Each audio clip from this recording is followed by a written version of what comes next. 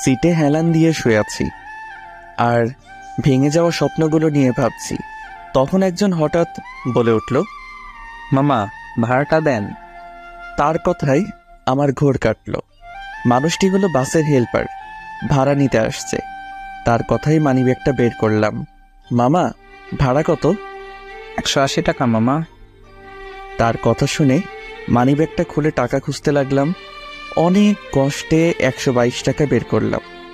Helper মামা এখনো আমার কাছে দাঁড়িয়ে আছে, আমার ঘটনাগুলো দেখছে। আমি কি বলবো তাকে ভেবে পাচ্ছিলাম না। তখন হেল্পার মামা বলে উঠল, মামা কোথায় যাবেন আপনি? ঢাকায় যাব মামা, আমার কাছে ঢাকা যাওয়ার ভাড়া নাই, সামনে নামাই দিয়েন। আরে মামা নামবেন কেন? টাকা নাই তো কি হয়েছে, আমি আছি, আপনার টাকা দেয়া লাগবে না। তার কথা শুনে কি বলবো বুঝে উঠতে পারছি না, চোখে এমনি জল এসে গেছে। এই সাধারণ মামাই বুঝিয়ে দিল মনুষ্যত্ব টাকা দিয়ে কেনা যায় না। কত ধনী মানুষ দেখলাম অনেক টাকা থাকা সত্ত্বেও বিপদের উপর জুলুম করে, কিন্তু মামাটা সত্যি আলাদা। কি হলো মামা, কথা বলছেন না কেন? তাকে কিছু না বলে জড়িয়ে ধরলাম। আপনি আমার অনেক উপকার করলেন মামা, জীবনে অনেক মানুষকে টাকা দিয়ে সাহায্য করেছি, কিন্তু আজ আমার কাছে টাকা নেই। অনেকের কাছে চাইছিলাম, কিন্তু সবাই শুধু অজুহাত দেয়। মানুষ এরকমই মামা, সুসময় অনেক বন্ধু পাওয়া যায়, কিন্তু দুঃসময়ে একজনকেও পাওয়া যায় না। ঠিক বলছেন মামা। আচ্ছা মামা, আপনি বসে থাকেন, আমার আবার অন্য ভাড়া তুলতে হবে। আর শুনেন, আজ ভাড়া নিলাম না বলে কিন্তু পরে দেখা হলে অবশ্যই নিব। মামা, আমার জন্য দোয়া করবেন। অবশ্যই মামা, জীবনে স্বপ্ন পূরণ করো মামা। মামার কথা শুনে মনটা কেমন জানি করে উঠল। এর আগেও একবার ঢাকা গিয়েছিলাম, তখন আমার মনে অনেক স্বপ্ন ছিল, বড় হয়ে ডাক্তার হব, কিন্তু স্বপ্নটা প্রকৃতির লীলা খেলায় ভেঙে গেছে। 4 বছর পর আবার ঢাকায় যাচ্ছি, তবে আজ আমার মনে কোনো স্বপ্ন নেই, শুধু আছে বেঁচে থাকার আপ্রাণ চেষ্টা। হয়তো আর ঢাকা কখনো আসতাম না, কিন্তু পরিবারের বিষয়টার জন্য আবার আসতে হলো। পরিবারের বড় ছেলের বোঝাটাই বেশি বাবার পরে, তাকে আবার বাবা হতে হয়, হোক সেটা ছোট কিংবা বড়, দায়িত্ব তাকে নিতেই হবে, এটাই নিয়ম। তাই আমার বেলায়ও বিপরীত কিছু হয়নি। যখন আমার মনে অনেক স্বপ্ন উড়ে বেড়াচ্ছিল, তখন হঠাৎ এক অজানা ঝড়ে স্বপ্নগুলো সব ভেঙে গেল। অনেক কথা বললাম, এখন যেতে যেতে আমার পরিচয়টা দিয়ে দেই। আমি অভ্র মা বাবার বড় সন্তান, আর একটা ছোট ভাই আছে। বাবা 4 বছর হলো মারা গেছে রোড অ্যাক্সিডেন্টে। এখন বাড়িতে মা আর ছোট ভাই থাকে, তাদের জন্যই আবার ঢাকা যেতে হচ্ছে। প্রায় 2 ঘন্টা পর বিকালের দিকে ঢাকায় পৌঁছে গেলাম। সবাই নেমে যাচ্ছিল, কারণ তাদের একটা গন্তব্যস্থল আছে, কিন্তু আমার নামতে ইচ্ছে করছিল না। মনে হচ্ছিল এখানেই থেকে যাই, কারণ আমার থাকার মতো কোনো গন্তব্যস্থল নেই। কোথায় থাকবো, কি খাবো, এখনো সেভাবে ভেবে ওঠেনি। একটু পর হেল্পার মামা আবার আসলো। কি হলো মামা, নামবেন না? বাস তো ঢাকায় চলে এসেছে। মামা নামবো। তারপর বাস থেকে নেমে এলাম। আসলে মামাটা অনেক উপকার করছে, তাই আর কিছু বললাম না। নামার পর হাঁটতে লাগলাম। যে হাঁটার কোনো গন্তব্যস্থল নেই, সব রাস্তায় আমার চেনা, তাই তেমন কোনো বেগ পেতে হলো না। প্রথমে সেই বন্ধুদের কাছে গেলাম যারা আমাকে ছাড়া এক মুহূর্ত থাকতে পারতো না। সেখানে গিয়ে দেখলাম সবাই যে যার কাজ নিয়ে ব্যস্ত।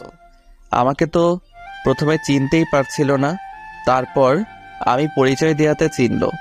এদের আচরণ দেখে আমার বুকের ভেতরটা ফেটে যাচ্ছিল। হায় রে মানুষ, আগে আমাকে না দেখে থাকতে পারতো না।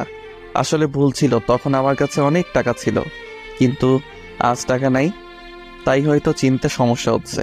ওদের সাথে আর বেশি কথা বললাম না, ওদের কথাগুলো শুনতে খুব খারাপ লাগছিল, তাই সোজা বেরিয়ে এলাম ওখান থেকে। তারপর সিদ্ধান্ত নিলাম আর কোনো বন্ধু বান্ধবের কাছে যাব না, কাজ খোঁজা শুরু করে দিব। কিন্তু এখন তো প্রায় সন্ধ্যা হয়ে গেছে, তাই রাস্তার ধারে গেলাম। দেখলাম অনেক মানুষ শুয়ে আছে, হয়তো তারাও আমার মতো নিরুপায়। সত্যি, বাস্তবতা অনেক কঠিন, এখানে আবেগের কোনো স্থান নেই। আমিও তাদের সাথে শুয়ে পড়লাম। খুব ক্ষুধা লেগেছিল, কিন্তু খেলাম না, কারণ হাতে যে টাকা ছিল তা দিয়ে কাল চলতে হবে। না জানি সামনে আরো কতদিন এভাবে থাকতে হবে। পরদিন সকালে ঘুম থেকে উঠলাম, উঠে অবাক হয়ে গেলাম। রাস্তায় রাতের মতো আর কোনো মানুষ শোয়ে নেই।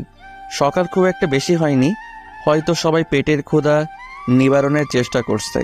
ওদের কাহিনী দেখে সত্যি খুব ভালো লাগছিল। ওদের মধ্যে হয়তো বড় লোকদের মতো এত টাকার নেশা নেই, শুধু দুবেলা খেতে পারলে মনে হয় খুশি ওরা। খুব ক্ষুধা লেগেছিল, তাই রাস্তার পাশে পাউরুটি আর কলা খেলাম। তারপর চাকরির খোঁজে বের হলাম।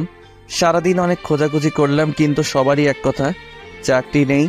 আর তাছাড়া গ্র্যাজুয়েটও কমপ্লিট করিনি, যে কোনো কোম্পানিতে ইন্টারভিউ দিব। দেখতে দেখতে সন্ধ্যা হয়ে গেল। আজকেও সেই রাস্তায় রাত কাটাতে হবে। শহরে এসে কাজের চাপে বাড়ির কথা ভুলে গিয়েছিলাম। বাড়িতে যে আমার জন্য একজন অধীর অপেক্ষা করতেছে সেই কথা খেয়ালই ছিল না। একটু পর মাকে ফোন দিলাম। কিরে বাবা, সেই কালকে গেছিস, এখন পর্যন্ত একবারও তো ফোন দিস নাই। কত টেনশনে ছিলাম জানিস? আসলে একটু কাজের চাপ ছিল আম্মু, নতুন নতুন আসছি তো তাই একটু। তোমরা কেমন আছো? ভালো আছি। খাওয়া দাওয়া করছিস বাবা? আম্মু, এই মাত্রই করলাম। তোমরা খেয়েছো? আমরা খেয়েছি। সাবধানে থাকিস বাবা। তোমরা সাবধানে থেকো, আর আমাকে নিয়ে এত চিন্তা করো না। আমি এখানে ভালোই আছি। মাকে কথাগুলো বলতে অনেক কষ্ট হচ্ছিল, কিন্তু তবুও বললাম, না হলে অনেক চিন্তা করত।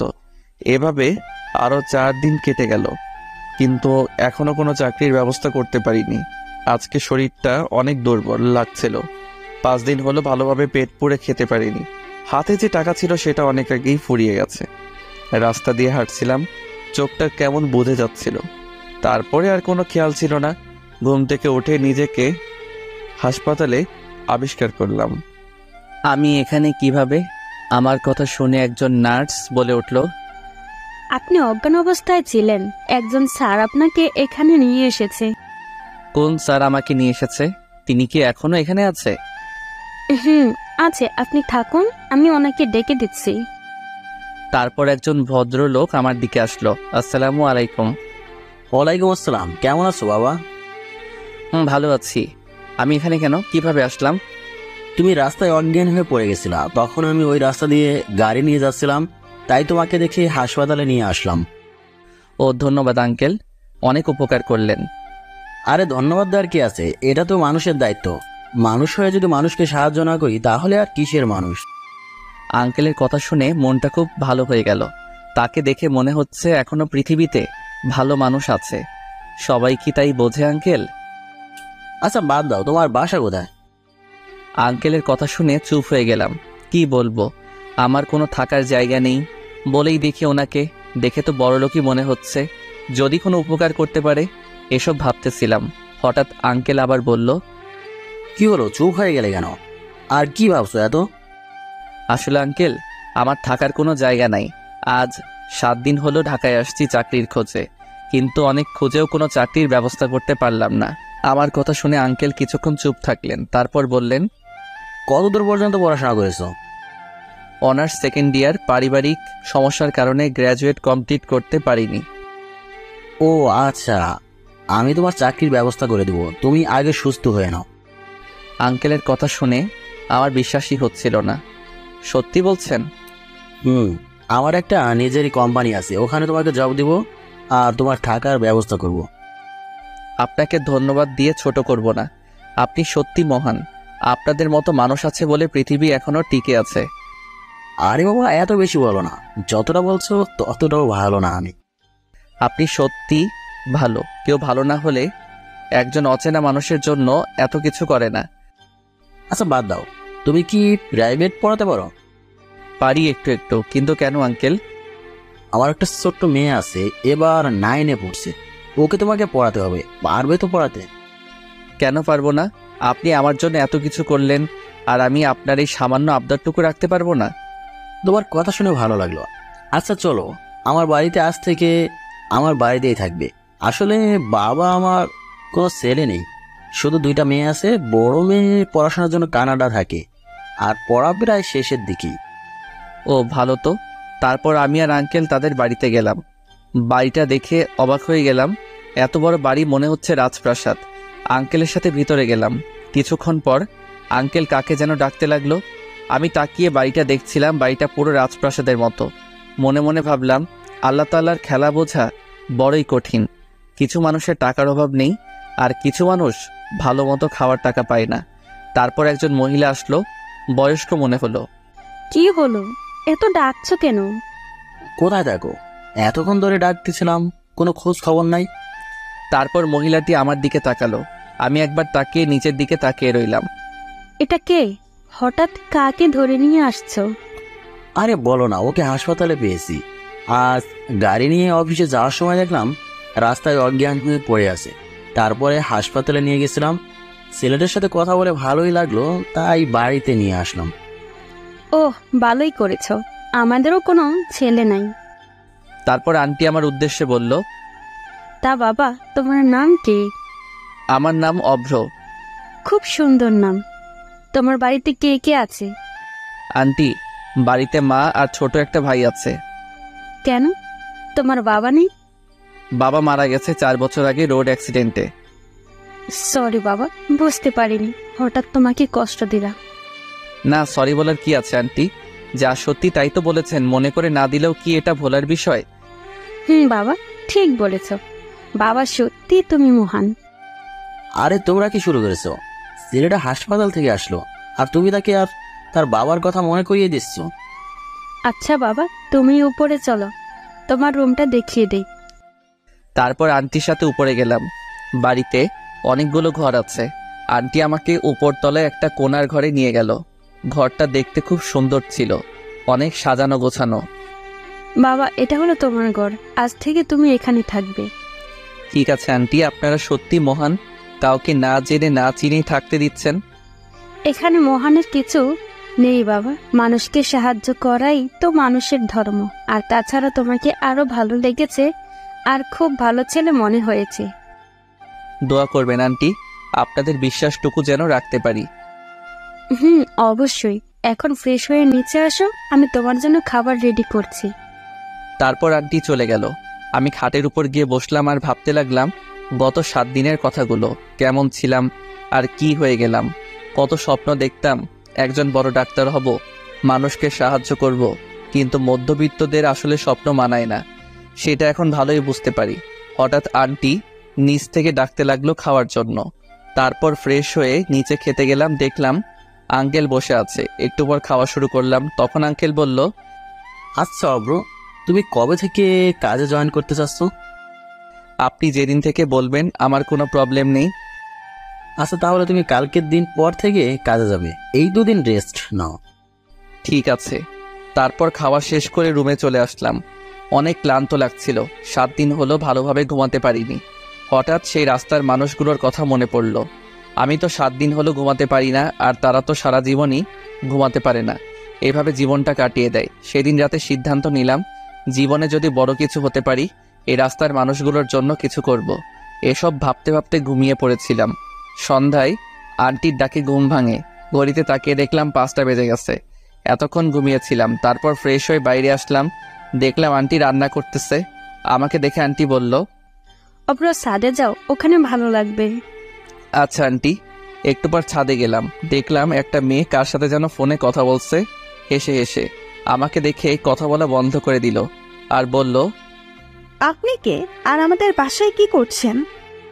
আমি অভ্র, আপনাদের বাড়িতে। আর কিছু বলতে যাব তার আগে মেয়েটা বলে উঠল, ও, চিনেছি। আপনি তাহলে সেই ছেলে যাকে বাবা আমাদের বাড়িতে থাকতে দিয়েছে। আর শুনলাম আপনি বলে আমাকে পড়াবেন। ঠিকই শুনেছ। কোন ক্লাসে পড়ো? 9-এ পড়ি।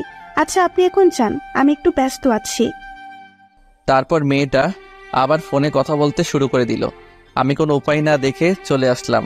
তারপর মাগরিবের নামাজ পড়ে বাড়িতে ফোন দিলাম। 2 দিন হলো মার সাথে কথা হয়নি, অনেক চিন্তা করছে মনে হয়। তারপর মায়ের সাথে অনেকক্ষণ কথা বললাম, ছোট ভাইটার সাথে কথা বললাম।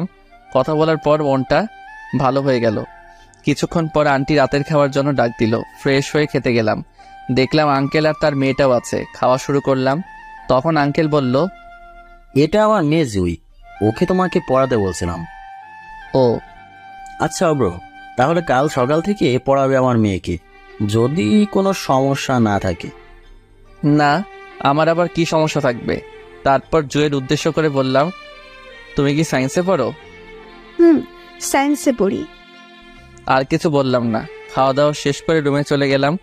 তারপর নামাজ পড়ে শুয়ে পড়লাম। সকালে ফজরের নামাজের আগে উঠলাম, কাউকে ডাকতে হয় না, আগে থেকে অভ্যাস হয়ে গেছে। গ্রামে থাকতে মা প্রতিদিনই ডাক দিত। নামাজ পড়ে সকালে ছাদে গেলাম। সকালের মুক্ত হাওয়া গায়ে লাগাতে গুণীজনরা বলে সকালের সূর্যের আলো নাকি ওষুধের চেয়ে বেশি কার্যকর। তারপর আবার রুমে চলে আসলাম। একটু পর আন্টি চা নিয়ে আসলো। সকাল থেকে তো তুমি জুইকে পড়াবে, তাই না? কেন? না, ও একটু জেদি। তোমাকে কিছু বললে যেন কিছু মনে করো না, আমাকে এসে বলো। আচ্ছা। চা খাওয়া শেষ করে জুয়ের রুমে গেলাম। দেখলাম মেয়েটা ফোনে কথা বলছে। আমাকে আশা দেখে ফোনটা রেখে দিল। স্যার, আপনি এসেছেন? আপনার জন্য অপেক্ষা করছিলাম। কথা শুনে অবাক হয়ে গেলাম। কি বজ্জাত মেয়ে রে বাবা! দেখলাম ফোনে কথা বলছিল আর ও নাকি আমার জন্য অপেক্ষা করতেছে। কি হলো স্যার, কি ভাবছেন? আমি যে আপনাকে স্যার বলেছি ওই জন্য রাগ করেছেন নাকি? আরে না, রাগ করবো কেন? আমি তো তোমার স্যারই। আপনি আমার পালের স্যার। কি সুন্দর কথা বলছিলাম, আর এসে ডিস্টার্ব করে বলতেছে আমি তোমার স্যার। জুই কথাগুলো খুব আস্তে আস্তে বলল। কি বললে তুমি? কই কি কিছু না তো স্যার। না, কি যেন বললে, ভালোভাবে শুনতে পাইনি। হ্যারি স্যার, বাদ দেন, এখন পরিচয় হয়ে নেই আপনার সাথে। আচ্ছা স্যার, আপনি কি প্রেম করেন? আরে কি বলছো এসব? আমি কিন্তু তোমার স্যার। তাহলে কি স্যার হলে কি বলা যাবে না? না, ওসব আমি করি না। কি বলেন স্যার, আপনি এত বড় হয়েও প্রেম করেন না? আমার তো 3টা হতে চললো। ওর কথা শুনে কি বলবো ভেবে পাচ্ছি না। কি বলছো 3টা হয়ে গেছে তোমার? তোমার বয়সে প্রেম কি জিনিস বুঝতামই না। সেটা আপনাদের ব্যর্থতা স্যার, যুগের সাথেও তাল মিলাতে হবে, তাই না স্যার? ঠিক বলছো, চালিয়ে যাও। তারপর কিছুক্ষণ কথা বললে আমার রুমে চলে আসলাম। পুরো মাথাটা খারাপ করে দিচ্ছিল। কি মেয়েরে ভাই, এর ক্লাস যে কেমনে নিব আল্লাহ পাকি ভালো জানে। দেখতে দেখতে 3 মাস কেটে গেল। এই 3 মাসে আঙ্কেল আন্টিদের কাছে অনেক প্রিয় হয়ে গেছি। এখন সব কাজে আমার পরামর্শ চায় তারা। আর আমার জুয়ের সাথে ভালো সম্পর্ক হয়েছে। বলতে গেলে আমিও তাদের পরিবারের একজন সদস্য এখন। কাল নাকি তাদের বড় মেয়ে আসবে, তাই আঙ্কেল আমাকে এয়ারপোর্টে যেতে বলেছে। আঙ্কেলের নাকি একটা কাজ পড়ে গেছে, তাই যেতে পারবে না। তাই সকাল সকাল আমি আর জুই গাড়ি নিয়ে বেরিয়ে পড়লাম এয়ারপোর্টের উদ্দেশ্যে। এয়ারপোর্টে গিয়ে অনেকক্ষণ বসে থাকলাম, কিন্তু এখনো ম্যাডামের আসার নাম নেই। খুব বিরক্ত লাগছিল। আর কতক্ষণ এভাবে বসে থাকবো জুই? কখন আসবে তোমার বোন? আসবে ভাইয়া, একটু ওয়েট করেন। জুয়ের সাথে এখন ভালো সম্পর্ক হয়ে গেছে, তাই এখন আমাকে ভাইয়া বলেই ডাকে। আচ্ছা দেখি আর কিছুক্ষণ। এভাবে আরো 10 মিনিট অপেক্ষা করলাম। কিছুক্ষণ পর সেই অপেক্ষার অবসান ঘটলো। মানে যার জন্য অপেক্ষা করছিলাম সে আসতেছে। একটু পর আমাদের কাছে আসলো। চোখে সানগ্লাস পরেছিল, দেখতে ভালোই সুন্দর লাগছিল। জুই ওর আপুকে দেখে এগিয়ে গেল, পেছনে পেছনে আমিও গেলাম। তারপর 2 বোন মিলে অনেকক্ষণ কথা বলল। আজ 5 বছর পর দেশে আসছে, কতই না ভালোবাসা জমে আছে বোনের প্রতি। আমি অন্যদিক হয়ে অন্য মানুষের ব্যস্ততা দেখছিলাম। সবাই নিজের কাজে ব্যস্ত। কিছুক্ষণ পর জুই আমাকে ডাক দিল। ভাইয়া এদিকে আসেন, ওখানে কি করেন? তারপর ওদের কাছে গেলাম। না, এমনি দাঁড়িয়েছিলাম, তোমরা কথা বলছিলা দেখে। আচ্ছা, আমার আপুর সাথে পরিচয় করিয়ে দিই আপনাকে। দেখলাম ম্যাডাম কার সাথে যেন কথা বলছিল। জুই ডাক দেওয়ায় ফোনটা কেটে আমার কাছে আসলো। তখন আমি বললাম, হাই, আমি অভ্র।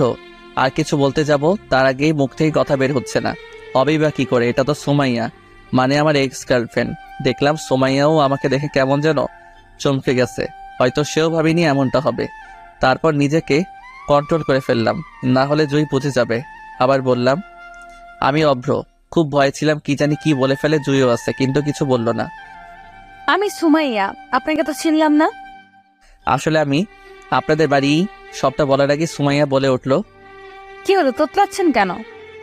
তখন জুই বলে উঠল, আরে আপু, শুভ্র ভাই আমার টিচার, আমাদের বাড়িতে থেকে পড়ায় আমাকে, খুবই ভালো। তারপর কিছুক্ষণ আমার দিকে কেমন জানি করে তাকিয়েছিল, মনে হচ্ছে এখনই খেয়ে ফেলবে। তারপর আমি নিজেই বললাম, জুই এখন যাওয়া যাক, এমনিতেই অনেক দেরি হয়ে গেছে। তাছাড়া আমার একটা কাজ আছে। মিথ্যা বললাম, না হলে সমস্যা হতে পারে আরো। রাস্তায় আমি আর কোনো কথা বললাম না। ওরা 2 জন অনেক গল্পগুজব করলো, হাসাহাসি করলো। আমি শুধু দেখছিলাম সুমাইয়াকে। খুব ভালোবাসতাম ওকে, কিন্তু পরিস্থিতির কারণে ছেড়ে চলে যেতে বাধ্য হয়েছিলাম। সুমাইয়াও আমাকে কয়েকবার দেখছিল। তারপর বাড়িতে চলে আসলাম। সুমাইয়াকে দেখে আঙ্কেল আন্টি অনেক খুশি হলো, দৌড়ে এসে তাকে জড়িয়ে ধরলো। কেমন আছিস মা? আসতে কোনো প্রবলেম হয়নি তো? ভালো আছি, কিন্তু তোমরা আমাকে আনতে গেলে না কেন? খুব রাগ হয়েছিল কিন্তু। আমার একটা কাজ পড়ে গেছিল মা, আর বাড়িতে কেউ ছিল না, তাই তোর মাও যেতে পারেনি। কেন, রাস্তায় কি কোনো সমস্যা হয়েছিল নাকি? অগ্রকে তো পাঠিয়েছিলাম। না, কোনো সমস্যা হয়নি। আচ্ছা, আমি ফ্রেশ হয়ে আসি, পরে কথা হবে, খুব ক্লান্ত লাগছে। তারপর আমিও নিজের রুমে চলে আসলাম। কি করব ভেবে পাচ্ছি না। শেষে কিনা এক্স গার্লফ্রেন্ডের বাড়িতে থাকতে হচ্ছে। সুমাইয়ার যা ভাব দেখলাম, মনে হয় খুব রেগে আছে আমার উপর। রেগে থাকারই কথা। মেয়েটা অনেক ভালোবাসতো আমাকে, আমি ওকে ধোকা দিয়েছিলাম, কারণ আমারও যে কোনো রাস্তা ছিল না। যাই হোক, সুমাইয়াকে সব খুলে বলতে হবে। তারপর ফ্রেশ হয়ে আসরের নামাজ পড়লাম। নামাজ পড়ে মনটা অনেক হালকা লাগছিল। একটু পর ছাদে গেলাম। এখন প্রায় প্রতিদিনই যাই আমি আর জয়ী, কিন্তু আজ ছাদে গিয়ে দেখলাম সুমাইয়া দাঁড়িয়ে কার সাথে যেন কথা বলছে। আমাকে দেখে কথা বলা বন্ধ করে দিল। আমি তার দিকে এগিয়ে গেলাম। কেমন আছো সুমাইয়া? আমার কথা শুনে সুমাইয়া কিছু বলল না, নিচে চলে গেল। অনেকবার ডাকলাম কিন্তু কিছুই শুনল না। খুব খারাপ লাগছে, তাই মন খারাপ করে দাঁড়িয়েছিলাম। কিছুক্ষণ পর জুই আসলো। কি ব্যাপার ভাইয়া, একা একা দাঁড়িয়ে আছেন যে? এমনিতেই দাঁড়িয়ে আছি, ভালো লাগছে না। কেন ভাইয়া, কি হয়েছে? প্রেমে টেমে পড়লেন নাকি আবার? আরে না, কি বলো এসব? সব সময় শুধু এসব বিষয় নিয়েই থাকো, তাই না? তো কি করব ভাই, এসবই তো চলতেছে এখন। সেটাই তো। আচ্ছা জুই, তোমার আপুর কি বিয়ে হয়ে গেছে? না, কি বলেন এসব? কেবল পড়াশোনা শেষ করলো।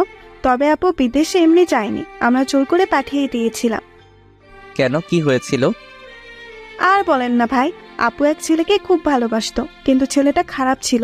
আপুকে ধোঁকা দিয়ে চলে গেছিল। আপু তখন একবার ভেঙে পড়েছিল, তাই আপু বাধ্য হয়ে বিদেশ পাঠিয়ে দিয়েছিল, যাতে এসব ভুলে থাকতে পারে। ও, কি বলছো? ছেলেটাকে চেনো তুমি?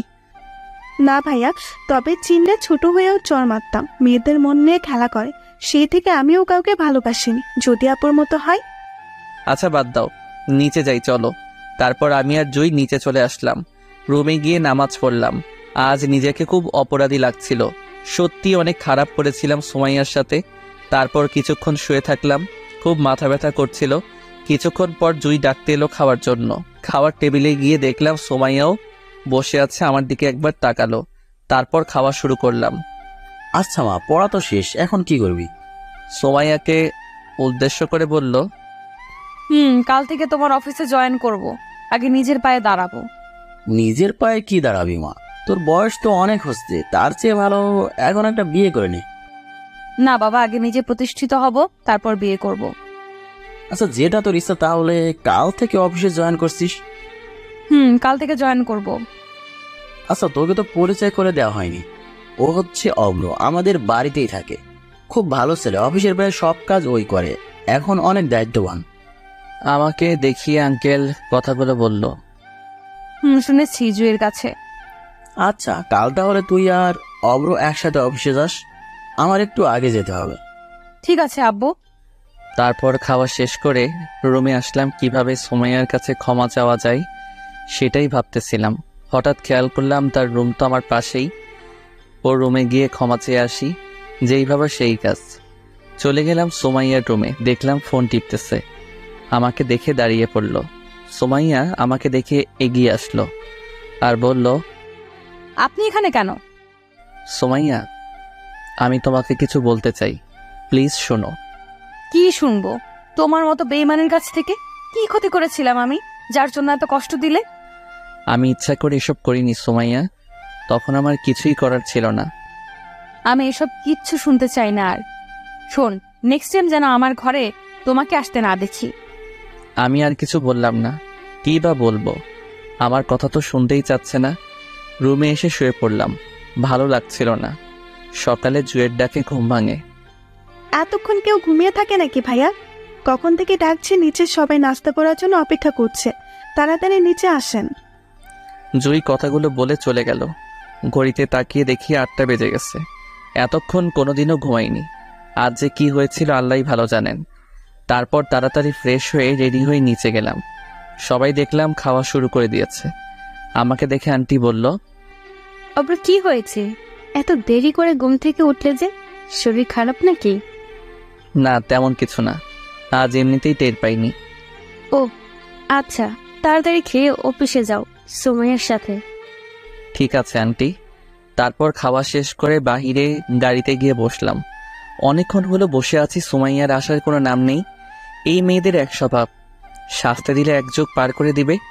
একটু পর সুমাইয়া আসলো, নীল রঙের একটা শাড়ি পরেছে, দেখতে পুরো পরীর মতো লাগছিল।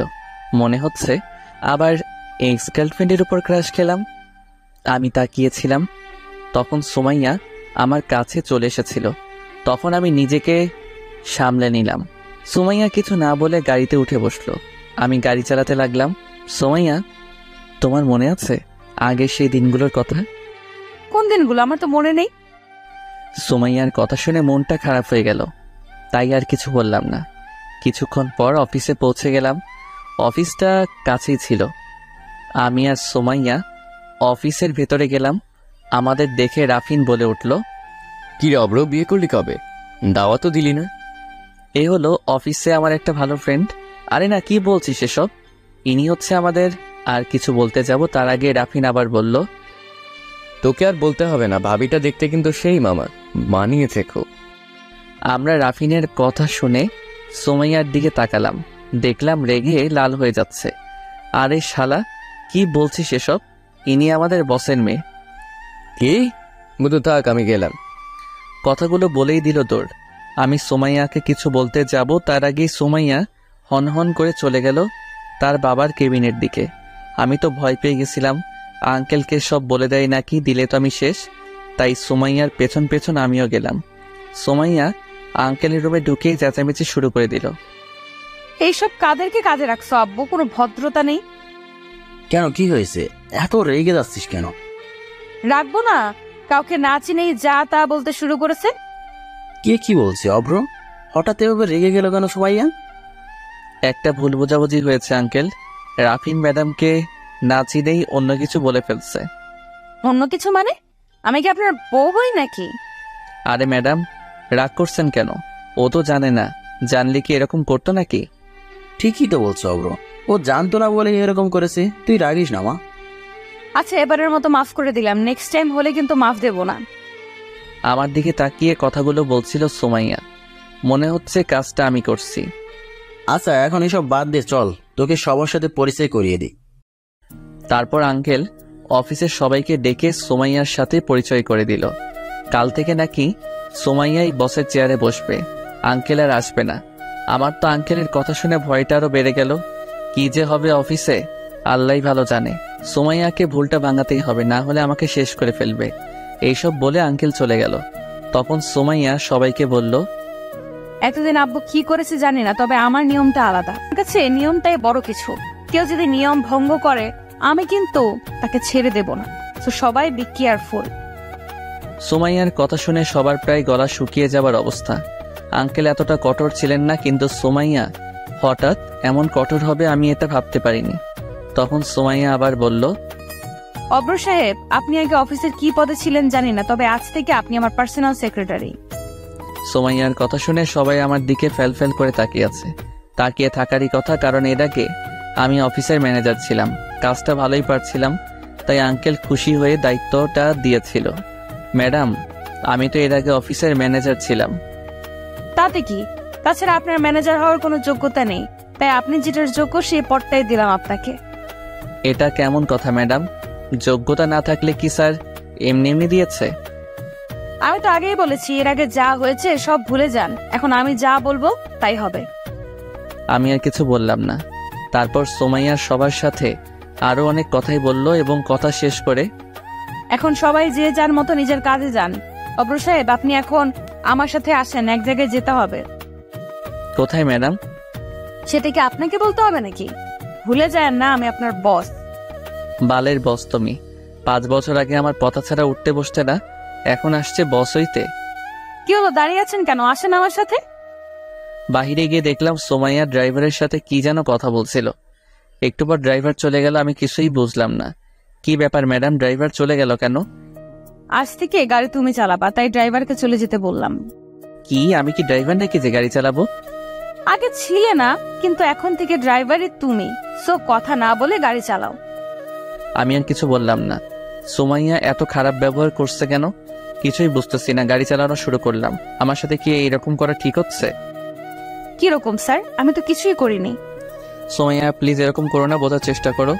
কি বুঝবো? হ্যাঁ, বুঝতে হবে এখন তোমাকে। আমাকে যে কষ্টগুলো দিয়েছিল এখন হারে হারে সব শোধ তুলবো। ঠিক আছে, আমি আর কিছু বলবো না, তোমার যেটা ইচ্ছা সেটাই করো। এই তো গুড বয়। কিছুক্ষণ পর সুমাইয়া একটা রেস্টুরেন্টের সামনে দাঁড়াতে বললো, এখানে কি করবে? সেটা তোমাকে বলতে আমি ইচ্ছুক নই। এখন চলো ভেতরে। আমি কেন যাব? আমি বলছি তাই যাবে, ভুলে যেও না আমি তোমার। পুরো কথা বলতে না দিয়ে আমি বললাম, আর বলতে হবে না, বুঝে গেছি, এখন চলেন। তারপর রেস্টুরেন্টের ভেতরে গেলাম। ভেতরে গিয়ে সুমাইয়া যা করলো সেটা দেখার জন্য আমি মোটেও প্রস্তুত ছিলাম না। আমার পায়ের নিচের মাটি সরে যেতে লাগছিল। দেখলাম সুমাইয়া এক বিদেশি ডলারে জড়াইয়া ধরছে। এটা দেখে খুব রাগ হচ্ছিল। আমি ভেবেছিলাম হয়তো সুমাইয়া এখন আমাকে ভালোবাসে, কিন্তু আমার ধারণা ভুল ছিল। সুমাইয়া আর ওই ছেলে কিছুক্ষণ কথা বললো। তারপর সুমাইয়া আমাকে ডাক দিল, ওদের কাছে গেলাম। অব্র, এ হচ্ছে পিটার। আমি যখন আমেরিকাতে থাকতাম তখন ওর সাথে পরিচয় হয়েছিল। ছেলেটা খুব ভালো। ও তা আমাকে কি করতে হবে? তেমন কিছুই না, ওই পিটারকে খুব ভালোবাসি। তুমি বাবা মাকে একটু বোঝাবে, পারবে না? কি আমি পারবো না ওসব। তাছাড়া তুমি ওই বিদেশির বাচ্চাকে বিয়ে করবে কেন? আমি তো আছি। কি তোমাকে হাসালে আমায়? একবার বিশ্বাস করে বিদেশ যেতে হয়েছিল, হ্যাঁ আবার বিশ্বাস যদি করি তাহলে তো উপরেই যেতে হবে। এমন করো না প্লিজ, আমি তখন সত্যি নিরুপায় ছিলাম। আরে বাদ দাও ওসব কথা। তুমি পারবে নাকি তাই বলো। আমি পারবো না ওসব। তুমি আমার অফিসের বস, বাড়ির কিন্তু না, সো আমাকে জোর করতে পারবে না। ঠিক আছে, না বললে তবে বিয়ের দায়িত্বটা তোমাকেই নিতে হবে কিন্তু। সেটা পরে দেখা যাবে, আগে বিয়েটা ঠিক হোক। আচ্ছা তুমি পিটারের সাথে কিছুক্ষণ কথা বলো, আমি বাইরে থেকে আসছি। ঠিক আছে যাও, আমি দেখতেছি তোমার পিটার কেমন ছেলে। ওর সাথে যেন খারাপ ব্যবহার করো না। তারপর আমি পিটারের কাছে গেলাম। Hi Peter. Hello, how are you? তুমি কেমন আছো? ভালোর মাইরে বাপ, তুই বলে সুমাইয়াকে বিয়ে করবি? What are you talking now? I can not understand. আপনি এখন কি কথা বলছেন? আমি এটা বুঝতে পারিনি। ও আমি তো ভুলে গেছিলাম তুই আবার বাংলা পারিস না। তখন সুমাইয়া চলে আসলো। অব্র, কেমন লাগছে পিটারকে? হ্যাঁ সেই ভালো। এসব আবইলারে কই পাও? কি বললা তুমি? তোমার যে ভালো আছে পিটার, আমার বিশ্বাসও ও তোমার মতো ধোকা দিয়ে চলে যাবে না। সুমাইয়ার কথা শুনে আমি আর কিছু বললাম না। কিছুক্ষণ পর আবার অফিসে চলে আসলাম। রাস্তায় আর কোনো কথা বললাম না। অফিসে গিয়ে কাজ করতেছিলাম, এমন সময় রাফিন আসলো। কি বন্ধু, কেমন কাজ হচ্ছে? নতুন ম্যাডাম বলে খুব কড়া। তুই কোথায় ছিলি কালকে? তোকে তো দেখলাম না। আমি বাড়ি চলে গিয়েছিলাম। ম্যাডামকে যে সব বলেছিলাম আমি তো মনে করেছিলাম চাকরিটা চলে যাবে। আরে না রে, সুমাইয়া এরকম না। কিরে মামা, তুই ম্যাডামকে চিনিস নাকি? রে চিনি, 8 বছর আগে থেকেই। কি বলছিস রে মামা? তারপর রাফিনকে পুরো ঘটনা খুলে বললাম। রাফিন শোনার পর বলল, খুব খারাপ হয়েছে রে মামা তোর সাথে। তোর তো কোনো দোষ নাই এখানে। সেটাই তো রে, কিন্তু সুমাইয়া তো সেটা বুঝতেছে না। ও ভুল বুঝেছে, তোকে আর ভুল বোঝাটাই স্বাভাবিক। এতে ম্যাডামেরও কোনো দোষ নেই। আরে কি বলছিস সেসব? আমারও দোষ নেই, সুমাইয়ারও দোষ নেই, তাহলে দোষটা কার? দোষ তোদের ভাগ্যের মামা। রে বন্ধু, আচ্ছা বাদ দে এসব। আচ্ছা কাজ কর, আমিও কাজ করি যে ম্যাডাম। তারপর কাজ করতে লাগলাম। 2-3 দিন হলো কাজ করতে পারছি না, অনেক কাজ জমা হয়ে গেছে। কিছুক্ষণ পর রফিক মামা এসে বলল, ম্যাডাম আপনারা ডাকে। কেন মামা, কি হয়েছে? জানি না আমি, আপনি গিয়ে দেখেন। তারপর সুমাইয়ার রুমে গেলাম। কি হয়েছে সুমাইয়া? আপনি মনে হয় ভুল করছেন। আপনি ভুলে যান না এটা অফিস আর আমি আপনার বস। ও ভুলে গেছিলাম ম্যাডাম, নেক্সট টাইম আর এরকম হবে না। আচ্ছা ঠিক আছে, যে কাজে আপনাকে ডাকছিলাম, সামনে আমাদের একটা বিশাল প্রজেক্ট আছে। প্রজেক্টটা সাইন করাতে পারলে অনেক টাকা লাভ হবে। বুঝলাম, আমাকে কি করতে হবে ম্যাডাম? আপনাকে বেশি কিছু করতে হবে না। আপনি শুধু সবাইকে বলে দেন এই 1 মাস যেন মনোযোগ দিয়ে কাজ করে, কাজে কোনো ফাঁকি যেন না দেয়। আর আপনিও একটু মন দিয়ে কাজ করুন। ঠিক আছে ম্যাডাম, সব বলে দিবনি। এখন আমি গেলাম। ঠিক আছে যান, এত তারা কেন আপনার? আমি আর কিছু না বলে সোজা রুম থেকে বেরিয়ে এলাম। কথায় কথায় অপমান করছে, মেজাজটা পুরো খারাপ করে দিচ্ছে। টেবিলে গিয়ে চুপ করে বসে আছি, এমন সময় রাফিন আবার আসলো। কি রে দোস্ত, লাঞ্চ করবি না? না রে, করবো না, ভালো লাগছে না। কেন, কি হয়েছে? খুলে বল তো আমাকে। রাফিনকে সব খুলে বললাম আজকের ঘটনা। রাফিন শুনে তো অবাক হয়ে গেল। কি বলছিস রে এসব?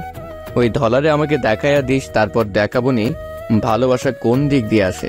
দেশের মানুষের ভাত পায় না, অন্য দেশের মানুষ এসে সিরিয়াল নেয়। আরে এত উত্তেজিত হোস না, কোনো উপায় জানা থাকলে বল। আমার মনে হয় সুমাইয়া এখনো তোকে ভালোবাসে, তোকে শাস্তি দেওয়ার জন্য এসব করছে। আমার বিশ্বাস হয় না ভালোবাসে এরকম করতে পারতো নাকি। সব সময় শুধু আমাকে অপমান করে। আচ্ছা, আমরা একটা গেম খেলি চল, তাহলে বোঝা যাবে সুমাইয়া তোকে ভালোবাসে কিনা। কি গেম খেলবি এই সময়? আমার মাথায় তো কিছুই আসছে না। তোর মাথায় না আসলেই কি অন্য কারো মাথায় আসবে না? তোর গেমের নামটা বলতো আগে। তাহলে শোন, আমাদের অফিসের মিমকে চিনিস না? চিনবো না কেন? ওকে কি বলা যায় নাকি? আমারে তো পাগল বানায় ফেলছিল, কিন্তু ওকে দিয়ে কি করবি? ওরে দিয়ে সবকিছু করবো মামা, তুই খালি দেখ আমি কি করি। এখন চল মিমের কাছে যাই। কেন, মিমের কাছে গিয়ে কি করবি? আগে চল, গেলেই দেখতে পারবি। তারপর আমি আর রাফিন মিমের কাছে গেলাম। হাই, কেমন আছো মিম? আমি ভালো আছি, কিন্তু আমি স্বপ্ন দেখছি না তো? দিনের বেলায় কিসের স্বপ্ন দেখতেছো আবার? না মানে অব্র ভাই আজ আমার কাছে আসছে তো তাই। কেন আসতে পারে না নাকি অব্র তোমার কাছে? আমি তো সারা জীবনের জন্য চাই, কিন্তু অব্র ভাই তো শোনে না। রাফিন, আমার কিন্তু রাগ হচ্ছে, আমি গেলাম। আরে রাগিস না, দরকারটা তো তোরই। দরকার বলেই ওর এসব কথা সহ্য করতে হবে নাকি? আর একটু সহ্য কর না। ঠিক আছে, যা করবি তাড়াতাড়ি কর। তারপর রাফিন মিমকে আবার বলতে শুরু করলো, তোমাকে একটা কাজ করে দিতে হবে মিম। ও তাই বলি, তোমরা তো এমনি আসনি, যখন আমাকে দরকার পড়েছে তখনই আসছো। আর এভাবে বলো না, কাজটা করে দাও প্লিজ। শালা রাফিনের কাজকর্ম দেখে খুব রাগ হচ্ছিল। আমার মনে হচ্ছে ওইসব ওই করছে।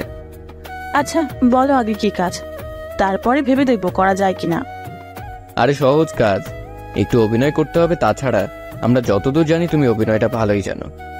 তারপর রাফিন মিমকে সবকিছু খুলে বলল। আমি যদি এই কাজ করি তাহলে আমার কি লাভ ভাইয়া? কিসের লাভ খুঁজতেছো তুমি? একজন বিপদে পড়লে আরেকজন তো সাহায্য করবে, তাই না? ওসব নীতি কথা আমার কাছে চলবে না। আমারে কি লাভ দিবেন তাই কন। আচ্ছা, কি লাভ চাও তুমি বলো। আমার সাথে এক জায়গায় ঘুরতে যেতে হবে, সারাদিন আমার সাথে থাকতে হবে, আর একটা গুরুত্বপূর্ণ কাজ করে দিতে হবে। কি পারবেন তো? যদি পারেন তাহলে আমি আপনার শর্তে রাজি। কি সারাদিন ঘুরতে হবে মানে? অন্য কোনো কথা বলো, এটা আমার পক্ষে পসিবল না। তাহলে আপনারা এখন আসতে পারেন, আমি আপনাদের কাজ করব না। এরকম কিন্তু ঠিক না মিম। আজ বিপদে পড়ছি বলে যা ইচ্ছে তাই চাইবে? কি চাইলাম এমন? সামান্য একটা দিনই তো চাইছি, সারা জীবন তো আর থাকতে চাই নাই। আচ্ছা ঠিক আছে, তোমার শর্তে আমি রাজি, কিন্তু অভিনয়টা একটু ভালোভাবে করবে, কিন্তু বিশেষ করে ম্যাডামের সামনে। সেটা আপনাকে বলতে হবে না ভাইয়া, আপনি খালি দেখে যান আমি কি করি।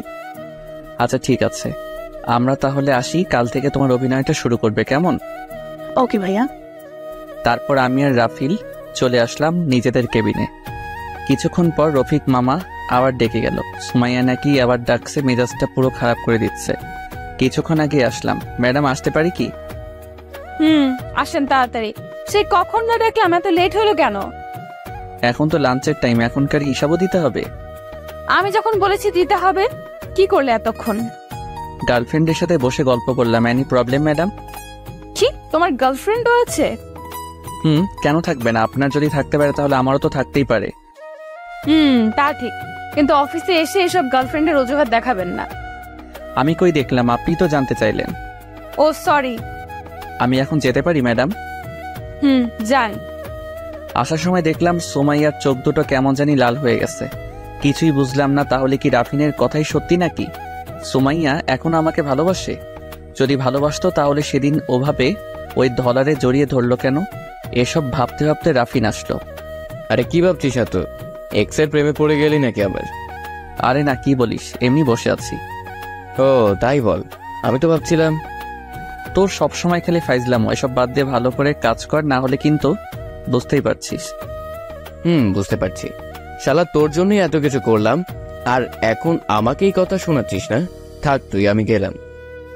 আরে রাগিস না, আমি তো ভালোর জন্যই বললাম। আচ্ছা কাজ কর, আমি গেলাম। তারপর রাফিন চলে গেল। বিকালে আর সুমাইয়া ডাকেনি আমায় ভাবতে পারছি না। সকালে কয়েকবার ডাকলো আর বিকালে কি এমন হলো।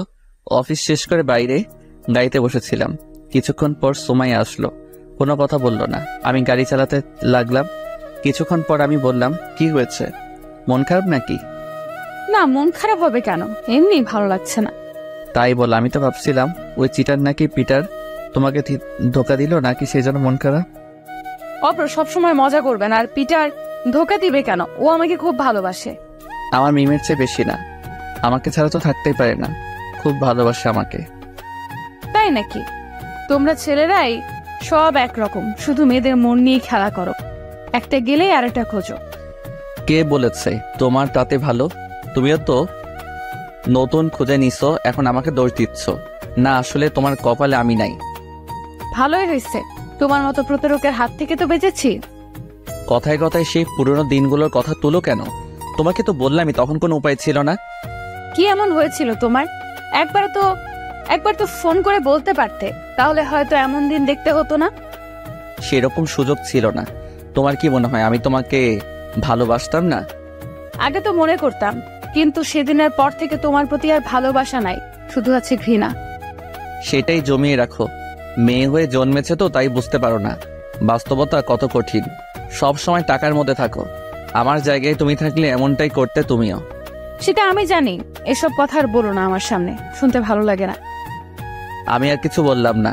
কিছুক্ষণ পর বাড়িতে চলে আসলাম। বাড়ির কথা খুব মনে পড়ছিল। 2 দিন হলো মায়ের সাথে কথা হয় না। আমি ইচ্ছা করেই বলি না কথা, বললে আরো বেশি খারাপ লাগে। মাকে ফোন দিলাম। কেমন আছো আম্মু? ভালো বাবা, তুই কেমন আছোস? আমিও ভালো আছি। বাপ্পি কেমন আছে? বাপ্পি, ও ভালো আছে। বাবা, একটা কথা বলতাম। বলো, এভাবে বলছো কেন? কিছু টাকা লাগতো, কয়দিন হলো বাপ্পির শরীরটা ভালো না, তাই একটু ডাক্তারের কাছে যেতে চাচ্ছিলাম। টাকা লাগবে, ভালো কথা আগে বলবে না? এসব কথা কেউ গোপনে রাখে নাকি? বলিনি, তোর মা শেষের দিকে টাকা আছে কিনা। অত কিছু তোমাকে ভাবতে হবে না, যখন টাকা লাগবে তখনই বলবে। আচ্ছা, কত টাকা লাগবে? 2000 টাকা দিলেই হবে। ঠিক আছে, কাল সকালে পাঠিয়ে দেব। ভালো থেকো আম্মু, রাখি। তুইও ভালো থাকিস। তারপর মানিব্যাগটা বের করলাম, দেখলাম 700 টাকার মতো আছে। বাকি টাকা কই পাবো? এসব ভাবতে ভাবতে রাফিনকে ফোন দিলাম। ওর কাছেও নাকি টাকা নাই। মাস শেষের দিকে কি যে করি কিছুই মাথায় আসছে না। তাছাড়া এখন বেতন চাইলেও তো মনে হয় দিবে না। স্যার থাকলে তা ভাবা যেত। তারপরে সুমাইয়াকে বুঝিয়ে বলবো, দেখি কি বলে। তারপর ফ্রেশ হয়ে জুইকে পড়াতে গেলাম। তার রুমে গেলাম। জুই আর সুমাইয়া হাসাহাসি করছে অনেক, কি যেন একটা নিয়ে। আমাকে দেখে হাসি থামিয়ে দিল। তখন সুমাইয়া বলল, এখানে কি? আমি কিছু বললাম না। তার আগে জুই বলল, আপু, অপ্র ভাইয়া আমাকে পড়ায়, তাই আসছে। তাই নাকি? আচ্ছা দেখি তাহলে তোর স্যার কেমন পড়াশোনা পারে। সুমাইয়ার কথা শুনে খুব রাগ হলো। এই যে ম্যাডাম, আমি কি পারি না পারি সেটা আপনার দেখতে হবে না। জুয়ের যদি ভালো না লাগে তাহলে আর পড়াতে আসবো না। আপনি বিদেশে পড়ছেন, হয়তো অনেক কিছু জানেন, কিন্তু আমি অত কিছু জানি না। আরে স্যার রাগেন কেন? আমি তো মজা করে বলছি, আপনি দেখছি মজা বোঝেন না। জুই, তোমার বোনকে যেতে বলো, পড়া দেরি হয়ে যাচ্ছে। জয়কে বলতে হবে না, আমি চলে যাচ্ছি। কথাগুলো বলতে বলতে চলে গেল। জুইকে কিছুক্ষণ পড়ালাম, তারপর আবার রুমে চলে গেলাম। যাওয়ার সময় দেখলাম সুমাইয়া ফোনে কি যেন করছে। একটু পর আন্টি খাওয়ার জন্য ডাকলো। সবাই আসলো, কিন্তু সুমাইয়া কেন জানি আসলো না। আন্টি অনেক ডাকলো, কিন্তু তবুও আসলো না। হয়তো তখন আমার কথায় রাগ করেছে, অনেক বেশি বলে ফেলেছিলাম। রুমে গিয়ে ক্ষমা চেয়ে নেব। খাওয়া শেষ করে ছাদে গেলাম। মনটা কেমন জানি ভারী ভারী লাগছিল। একা একাই দাঁড়িয়েছিলাম। কিছুক্ষণ পর সুমাইয়া আসলো। এই সময় তুমি এখানে, কি ব্যাপার? মানে কোন সময়? ছাদে আসতে আবার সময় লাগে নাকি? সেটাই তো। খেতে গেলে না কেন? সেটা কি তোমাকে বলতে হবে? তুমি আমার কে? এখন হয়তো কেউ না, আগে তো ছিলাম নাকি? সে আগের অধিকারে না হয় বলতেছি। আগের অধিকার? তুমি নিজেকে কি মনে করো? বাস্তবতা কি সহজ? তোমার জন্য কি করি নাই? তুমি যখন যা বলতে তাই শুনতাম। তোমার কথা যতটা শুনতাম, আমার নিজের বাবা মার কথাও ততটা শুনতাম না। ঠিক আছে, আর অধিকার ফলাতে আসবো না। তবে প্লিজ আমার জন্য আর নিজেকে কষ্ট দিও না। তোমার জন্য নিজেকে কষ্ট দেব মানে? তুমি কি বোঝাতে চাচ্ছ ভালো করে বলো তো। আমি জানি সুমাইয়া, তুমি এখনো আমাকে ভালোবাসো। এটা তোমার চোখ দেখলেই বোঝা যায়। কি পাগল নাকি আমি? মানুষ ভুলতে একবারই করে নাকি? তাহলে আমি হয়তো সেই ভুল আর দ্বিতীয়বার করব না। তুই পাগল না সেটা আমি জানি, কিন্তু তুমি যে আমাকে এখনো ভালোবাসো না সেটা হাজারবার বললেও বিশ্বাস করব না। তুমি বিশ্বাস করলেই কি আর না করলেই কি, আসলে সত্যি বলতে তোমার মতো ছেলেকে ভালোবাসা যায় না। তখন হয়তো বুঝতে পারিনি, এখন এরকম হয়েছে। ঠিকই বলেছ, আমার মতো ছেলেকে সত্যি ভালোবাসা যায় না, কারণ আমি যে মধ্যবিত্ত পরিবারের বড় ছেলে। আরে তুমি যখন এখানে বসে কষ্ট পেতে আমার জন্য, তখন আমি কি কষ্ট পেতাম না? আমি তোমাকে ভালোবাসিনি, কি মনে হয় তোমার? কষ্ট শুধু তুই পেয়েছো, ছেলেরা কষ্ট পায় না? পাবে বা কি করে? তোমাদের তো পরিবার নিয়ে চিন্তা করতে হয় না। এখন খাচ্ছ বাবার বাড়িতে, তারপর বাবা আবার ভালো ছেলে দেখে বিয়ে দিয়ে দিবে, তখন আবার খাবে স্বামীর বাড়িতে। কিন্তু আমাদের বিষয়টা আলাদা, সব সময় নেই মিথ্যা অভিমান নিয়ে থেকো না, জীবনে অনেক কিছু হারাবে। দেখো, কথাগুলো বলে চলে আসলাম নিচে। সবসময় শুধু সেই অতীতের কথাটা তুলে মেজাজটা পুরো খারাপ করে দেয়। আসার সময় দেখলাম সুমাইয়া চুপ করে দাঁড়িয়ে আছে। সকালে ব্রেকফাস্ট করে অফিসের জন্য বেরিয়ে গেলাম আমি আর সুমাইয়া। দেখলাম সুমাইয়ার চোখ দুটি কেমন জানি ফুলে গেছে, মনে হয় রাতে খুব কেঁদেছে। আমি জানি সুমাইয়া এখন আমাকে খুব ভালোবাসে। সরি সুমাইয়া, কালকের ব্যবহারের জন্য। তোমার কথা শুনে খুব রাগ হয়েছিল, তাই রাগটা কন্ট্রোল করতে পারিনি। তুমি কেন সরি বলছো? সরি তো আমার বলার কথা, আমারই ভুল হয়েছে তোমার সাথে কথা বলে। বিদেশ থেকে এসে তোমাকে আবার এইভাবে দেখবো, এটা আমি কল্পনাও করি নাই। হয়তো উপরওয়ালা চেয়েছেন তাই। হয়তো তাই। আচ্ছা একটা কথা বলি, সুমাইয়া রাগ করবে না তো? কি এমন কথা? আচ্ছা বলো। তুমি কি সত্যি ওই পিটারকে ভালোবাসো? সত্যি তো, ওকেই বিয়ে করব। কেন, তোমার কি সন্দেহ হচ্ছে নাকি? না, সন্দেহ হওয়ার কি আছে, ছেলেটা খুব ভালো, সুখে থেকো। তোমার গার্লফ্রেন্ডকে তো দেখালে না। আমার গার্লফ্রেন্ড নেই, আমার মতো ছেলেকে কে ভালোবাসবে বলো? না আছে বাপের টাকা, না আছে চেহারা। তুমি তো কাল বললে আমার মতো ছেলেকে তো ভালোবাসা যায় না। কালকের ব্যবহারের জন্য সরি। সত্যি বলছো তোমার কোনো গার্লফ্রেন্ড নেই? তবে এবার একটা বানাবো। তুমিও বিয়ে করে নিচ্ছ, আমি আর সিঙ্গেল থেকে কি করব? তাই ভাবতেছি মিমকে হ্যাঁ বলে দিব। এই মিমটাকে? নামটা খুব চেনা চেনা লাগছে। আপনার অফিসে জব করে, আজ পরিচয় করিয়ে দিবনি, কেমন? ঠিক আছে। আচ্ছা অব্র, তোমাকে একটা কথা বলি। বলো। তুমি কি এখনো আমাকে ভালোবাসো? উত্তরটা পরেই বলবো, এখন অফিসে চলে এসেছি। ঠিক আছে, পরেই বলো, তবে মিথ্যা বলো না। তারপর অফিসের ভিতরে গেলাম। রাফিন আমাদের দেখে মুচকে মুচকে আসতেছে, সেটা সুমাইয়া দেখে ফেলছে। এই যে মিস্টার, আপনি হাসছেন কেন? কালকেও তো দেখলাম বড় বড় কথা বলছিলেন। ম্যাডাম আমার ভুল হয়ে গেছে, আর এরকম হবে না, প্লিজ আমার চাকরিটা কেড়ে নিয়েন না। রাফিনের মুখটা এখন দেখার মতো হয়েছে, পুরা বাংলার পাঁচের মতো। সেটা পরে দেখা যাবে, একটু পর আপনি আমার রুমে আসবেন। ঠিক আছে ম্যাডাম। তারপর সুমাইয়াকে রুমে দিয়ে রাফিনের কাছে গেলাম। দেখলাম ছেলেটা মাসুম বাচ্চার মতো বসে আছে। কিরে ভাই, আজকে দেখছি খুব শান্ত হয়ে আছিস। আরে চাকরিটা মনে হয় সত্যিই গেল রে। আরে অত চিন্তা করিস না, সুমাইয়া অত খারাপ না, একটু বকাঝকা করতে পারে কিন্তু চাকরি নিবে না। তাই যেন হয় রে। আচ্ছা বাদ দে, কালকে রাতে টাকা চাইলে কেন, কি দরকার? রাফিনকে সবকিছু খুলে বললাম। সরি রে দোস্ত, বুঝতেই তো পারছিস মাসের শেষে আমার কাছে টাকা নেই, থাকলে অবশ্যই দিতাম। আরে ঠিক আছে, বুঝতেই তো পারছি। আচ্ছা দেখি অন্য জায়গায় ম্যানেজ করতে পারি নাকি। দেখ, আমি চেষ্টা করে দেখি জোগাড় করতে পারি কিনা। আচ্ছা থাক, আমি একটু সুমাইয়ার কাছে যাই, ওকে একটু বলে দেখি কি বলে। সেটাই কর, এটাই ভালো হবে। তারপর সুমাইয়ার রুমে গেলাম। ম্যাডাম আসতে পারি? আসেন। হঠাৎ কি হলো, নিজের ইচ্ছায় আসলে? তোমাকে তো এমনি আসা দেখি না। আসলে একটা সাহায্য লাগতো, যদি কিছু মনে না করেন। আমার এই মাসের বেতনটা অগ্রিম দিলে খুশি হতাম। কেন, অগ্রিম নিয়ে কি করবে? গার্লফ্রেন্ডের সাথে ঘুরতে যাবে নাকি? সব সময় এত অন্য মাইন্ডে যান কেন? টাকাটা তো অন্য দরকারেও লাগতে পারে, দিলে দেন, না দিলে না বলে দেন। আরে রাখছো কেন? দিতে পারি, তবে একটা শর্তে। যদি তুমি শর্তে রাজি থাকো তাহলে আমি ভেবে দেখবো। কি, এখানে আবার কিসের শর্ত? টাকাটা আমার সত্যি লাগবে, প্লিজ এমন করো না। কি করলাম আমি? শুধু একটা শর্ত পালন করতে বলেছি, বেশি কিছু তো না। ঠিক আছে বলো, যদি সম্ভব হয় রাখবো। আরে সম্ভব হবে, সহজ কাজ। আচ্ছা বলো। আমার আর পিটারের বিয়ের বিষয়টা আমার পরিবারকে রাজি করাতে হবে। বাবা বিদেশি ছেলের সাথে বিয়ে দেবে না, তাই বলছি তুমি বাবাকে রাজি করাবা। তোমার কথা বাবা শোনে। কি, আমি পারবো না? ঠিক আছে, টাকাও তাহলে নেওয়া লাগবে না, তুমি এখন আসতে পারো। আরে সুমাইয়া, টাকাটা সত্যি লাগবে, অন্য কোনো শর্ত দাও। এটা কিভাবে সম্ভব বলো? এক্স গার্লফ্রেন্ডের বিয়ে ঠিক করে দিতে হবে, এটা শুনলে সবাই হাসবে। কে কি করবে জানি না, যদি রাজি থাকো তাহলে যত টাকা লাগে দেব। আচ্ছা, আমি রাজি, এখন টাকাটা দাও। টাকা খুব দরকার হয় রাজি হয়ে গেলাম। কি মেয়ে রে বাবা, এভাবে কি কেউ প্রতিশোধ নেয় নাকি? নিজের বিয়ে এক্স বয়ফ্রেন্ডকে দিয়ে সাজাচ্ছে। এই তো গুড বয়, আমি ম্যানেজারকে বলে দেব যত টাকা লাগে নিয়ে নিও ওখান থেকে। অত লাগবে না, পরের মাসের বেতনটা দিলেই হবে। আচ্ছা তাই নিও। তাহলে কাজটা কবে করছো?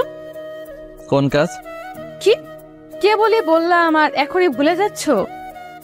ও ওই কথা বলি নাই, বলবো নি এক সময়। বুঝলাম না, তোমার সামনে এত ভালো ভালো ছেলে থাকতে তুমি কেন যে ওই ডলারে বিয়ে করতে চাচ্ছ বুঝতেছি না। তোমার বুঝতে হবে না। আর ভালো ছেলে কই? একবার তো এইসব ভালো ছেলেরা পছন্দ করছিলাম, বিনিময়ে কি পেয়েছি তা তো তুমি ভালোভাবেই জানো। ঠিক আছে, আর বলা লাগবে না, আমি এখন যাই। তারপরে সুমাইয়ার রুম থেকে বেরিয়ে আসলাম। সুমাইয়ার কথাগুলো শুনে খুব খারাপ লাগছিল। তাহলে সত্যি কি সুমাইয়া আর আমাকে ভালোবাসে না? আর বাসবি বা কি করে? খুব অন্যায় করেছিলাম ওর সাথে। আমি আর বসে থাকবো না, আমিও প্রেম করব মিমের সাথে। মেয়েটাও খারাপ না, দেখতে শুনতে ভালোই, কিন্তু প্রস্তাব দিলে কি রাজি হবে? এসব ভাবতেছিলাম, তখন মিম আসলো। কি হয়েছে সোনা? টেনশনে আছো মনে হচ্ছে। কে সোনা? কেন সোনা, ভুলে গেলে নাকি? কাল না বললে তুমি আমার বয়ফ্রেন্ড, আর আজকে কি সব বলছো? বয়ফ্রেন্ড বলতে বলেছি তোমাকে, কি সোনা বলতে বলেছে নাকি? তামার উপাও তো ডাকতে পারতে। আরে তুমি তো কিছুই বোঝো না। সোনা বাবু না বললে কি কেউ বিশ্বাস করবে তোমার আর আমার মধ্যে রিলেশন আছে? তাছাড়া ম্যাডামকে তো বিশ্বাস করাতে হবে নাকি? কিন্তু তুমি এসব জানলে কিভাবে? আগে কয়টা করছো সত্যি করে বলো। আরে কি বলো এসব? এগুলো তো সিনেমাতে দেখেছি। এর আগে একজনকে ভালোবেসেছিলাম, আর এখনো বাসি, কিন্তু সাহস করে বলতে পারছি না। তাই নাকি? তাকে সেই ছেলেটা আমাকে কি বলা যাবে? না, বলা যাবে না, পরে বলবো তোমাকে। আচ্ছা এসব বাদ দাও, কি করছো এখন? আমি তো বসে আছি, কিন্তু মিম তুমি হঠাৎ আমাকে তুমি তুমি করে বলছো কেন? আগে তো আপনি করে বলতে। ওটাও সিনেমাতে দেখেছি, তুমি তুমি করলে নাকি প্রেমটা জমে যায়। সবকিছু দেখছি সিনেমাতেই, দেখছো, বাস্তবে কিছুই দেখোনি। দেখছি, অনেক কিছুই দেখছি। তোমার নাকি টাকা লাগবে, কোনো সমস্যা হয়েছিল নাকি? ম্যানেজ হয়ে গেছে, কিন্তু আমার টাকা লাগবে সেটা তুমি কিভাবে জানলা? তোমাকে তো বলিনি। রাফিন ভাইয়া বলেছে তোমার ভাইয়ের নাকি শরীর অসুস্থ। আমাকে বলতে পারতে, আমার কাছে তো টাকা ছিল। না, তোমাকে বলে টেনশন দিতে চাইনি, তাছাড়া এমনি ম্যানেজ হয়ে গেছে। টেনশন মানে? তার মানে তুমি আমাকে বন্ধু ভাবো না? রাখছো কেন? বন্ধু ভাবি। আচ্ছা, এরপরে কোনো কিছু লাগলে তোমাকে বলবো। আচ্ছা ঠিক আছে, এখন তাহলে কাজ করো। আমি তোমাকে তুমি করে বলার কিছু মনে করছো না তো? না, কি মনে করব, তুমি করেই বলো। ঠিক আছে, ধন্যবাদ। লাঞ্চ কিন্তু একসাথে খাবো, রেডি থেকো। আচ্ছা, মুচকি এসে বললাম। মেয়েটা সত্যি অবাক করার মতো। এই কয়েক মিনিটে একটা ভালো লাগা কাজ করছে, সহজ সরল একটা মেয়ে। তারপর কাজ করতে লাগলাম। এর মধ্যে একবার সুমাইয়া ডেকেছিল। এই সুমাইয়ের বিষয়টা বুঝি না, এমনি এমনি ডাকে কোন কাজ ছাড়াই। লাঞ্চের সময় মিম জোর করে ক্যান্টিনে নিয়ে গেল, গিয়ে দেখলাম সুমাইয়াও আছে সেখানে। আমরা গিয়ে সুমাইয়ার কাছেই বসলাম। সুমাইয়া আমাদের দেখে কিছুক্ষণ অবাক হয়ে তাকিয়ে থাকলো। কি হলো ম্যাডাম, তাকিয়ে আছেন কেন? না কিছু না, এটাই তোমার গার্লফ্রেন্ড মিম। ঠিক ধরছেন। পছন্দ হয়নি আপনার? খুব সুন্দরভাবে সংসার করো। আচ্ছা তোমরা থাকো, আমি গেলাম, আমার একটা জরুরি কল পড়ে গেছে। কিছুই বুঝলাম না। একটু আগে হাসি খুশি ছিল, হঠাৎ কি হলো? দেখলাম নিমেষে মনটা খারাপ হয়ে গেল। তখন মিম বলে উঠলো, আমি শিওর সুমাইয়া এখনো তোমাকে ভালোবাসে। ভালো না বাসলে কখনোই এভাবে উঠে যেতে না। আরে বাদ দাও, এমনি হয়তো উঠে গেছে। ও আর আমাকে ভালোবাসে না। ভালোবাসলে ওর বিয়ের দায়িত্ব আমাকে দিত না। কি? ওর বিয়ে মানে? আর দায়িত্বই বা কিসের, বুঝলাম না। তারপর মিমকে সবকিছু খুলে বললাম। কি বলছো এটা? কি বলছো? এটা তো পুরা হাস্যকর কাহিনী। আমার মতে ঠিকই করছে, ভালোবেসে ছেড়ে দাও। রাগ হচ্ছে কিন্তু। তোমাকে আনলাম সমস্যা সমাধানের জন্য, আর তুমি উল্টো সুমাইয়ার পক্ষ নিচ্ছ। আচ্ছা বাবা, সরি, ভুল হয়ে গেছে। আমি কিন্তু একটা জিনিস বুঝতেছি না, সুমাইয়া কি তাহলে তোমাকে ভালোবাসে না, নাকি প্রতিশোধ নেওয়ার জন্য এমন করছে? কি জানি, আমিও তো সেটা বুঝতেছি না। সেই জন্যই তো তোমাকে বলতেছি। আচ্ছা দেখা যাক সামনে। ও যদি তোমাকে সত্যিই এখনো ভালোবাসে, তাহলে আমার সাথে দেখলেই সহ্য করতে পারবে না। কারণ কোনো মেয়েই স্বামী আর বয়ফ্রেন্ডের ভাগ অন্য কাউকে দিতে চায় না। লাঞ্চ শেষ করে কাজ করতে লাগলাম, কিন্তু অবাক করার বিষয়, সন্ধ্যা পর্যন্ত একবারও সুমাইয়া ডাকেনি আমায়। বিষয়টা আমিও বুঝলাম না। সন্ধ্যার পরে অফিস ছুটি হয়ে গেল, সবাই সবার মতো চলে গেল। যাওয়ার সময় মিম কিছুক্ষণ কথা বলল। অনেকক্ষণ গাড়ির কাছে দাঁড়িয়েছিলাম, কিন্তু সুমাইয়ার আসার কোনো নাম নেই। কি হয়েছে আল্লাহ ভালো জানে। এই মেয়েদের বিষয়টা বুঝি না, কখন রাগে কখন আসে বোঝা মুশকিল। কিছুক্ষণ পর অপেক্ষার অবসান ঘটিয়ে সুমাইয়া আসলো। কি ব্যাপার, এত দেরি হলো কেন? কোনো কিছু না বলে গাড়িতে উঠলো, আমিও আর কিছু না বলে গাড়ি চালাতে শুরু করলাম। একটু পর আমি বলতে শুরু করলাম, কিছু কি হয়েছে? এইভাবে মন খারাপ করে আছো কেন? আমাকে বলতে পারো, সম্ভব হলে সমাধান করার চেষ্টা করব। না, কিছু হয়নি। আচ্ছা অব্র, তোমাকে একটা কথা বলি। বলো। কিছুক্ষণ চুপ থাকার পর বলল, আচ্ছা থাক, অন্য একদিন বলবো। তখন টাকা কিসের জন্য চাইলে? কথা ঘুরাচ্ছ কেন? যা বলো সরাসরি বলো, পরে কিন্তু সময় পাবে না। আমার কথা শুনে সুমাইয়া কিছুক্ষণ অবাক হয়ে আমার দিকে তাকিয়েছিল। তার চোখটা দেখে মনে হচ্ছে আমাকে কিছু যেন বলতে চাচ্ছে, কিন্তু কিসের ভয়ে যেন বলছে না। বললাম তো পরে বলবো, বাদ দাও। আমি যে প্রশ্নটা করলাম সেটার উত্তর দাও। ঠিক আছে, তোমার ইচ্ছা। টাকাটা বাড়িতে দেয়া লাগবে।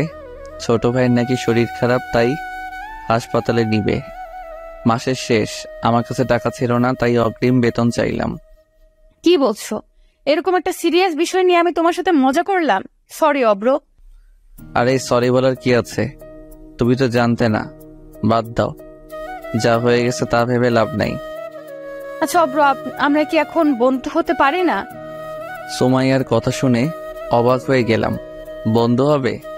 আবার মায়াতে জড়াতে যাচ্ছ, কি লাভ তাতে? আমি চাই না আমার জন্য কেউ কষ্ট পাক। তার মানে তুমি বন্ধু হতে চাচ্ছ না, এটাই তো? আরে তেমন কিছু না। তোমার কি সত্যি আমাকে কিছুই বলার নাই সুমাইয়া? ভেবে বলো কিন্তু। আমার কথা শুনে সুমাইয়া আমার দিকে অনেকক্ষণ তাকিয়েছিল। তার চোখ দেখে মনে হচ্ছে অনেক কথা বলতে চাইছে, কিন্তু কিসের ভয় যেন বলতে পারছে না। কি হলো বলো? কি বলবো? বলতে তো অনেক কিছুই চাই, কিন্তু সেটা শোনার যোগ্যতা তো তুমি হারিয়ে ফেলেছো। আচ্ছা ঠিক আছে, আর কোনোদিন বলবো না। হয়তো আমার ধারণা ভুল ছিল। তুমি বললে না আমরা কি বন্ধু হতে পারি না? আমরা তো বন্ধু হয়ে থাকতেই পারি, পুরনো সবকিছু ভুলে। আমি তো বলতেই চাই, কিন্তু তুমি তো বারবার মনে করিয়ে দাও। ঠিক আছে, আর মনে করিয়ে দেব না। এখন তাহলে আমরা আবার বন্ধু। তাহলে আমার সাথে যেন আর খারাপ ব্যবহার না করো। সব সময় তো শুধুই অপমান করো।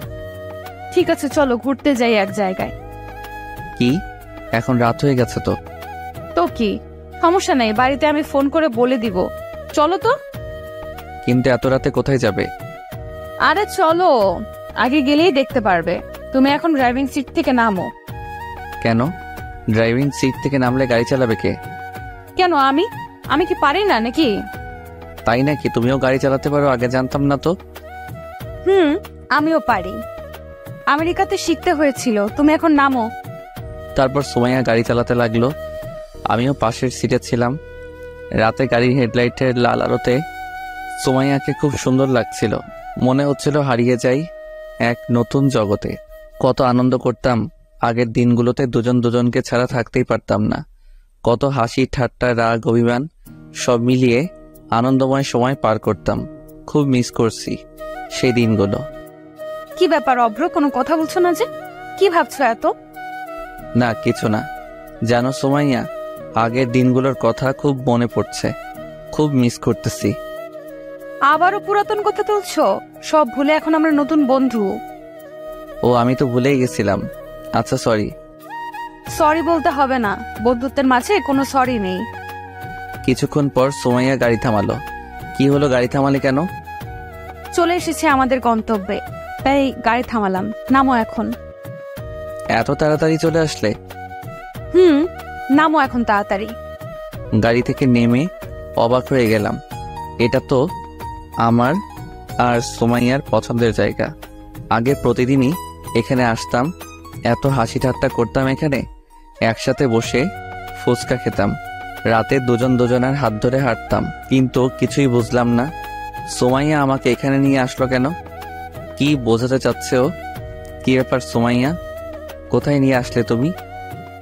কেন, তোমার ভালো লাগেনি? আগে না বলতে অনেক ভালো লাগে তোমার এই জায়গা, কিন্তু আজ এমন কথা বলছো কেন? আমি সেটা বলিনি সুমাইয়া। অনেক দিন হলো এখানে আসা হয় না, সময় পাইনি।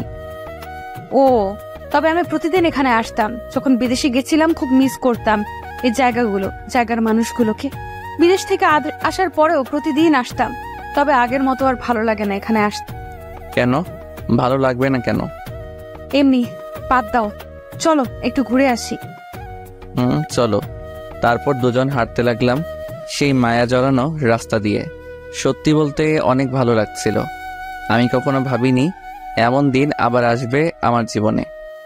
অব্র, একটা কথা বলি। বলো।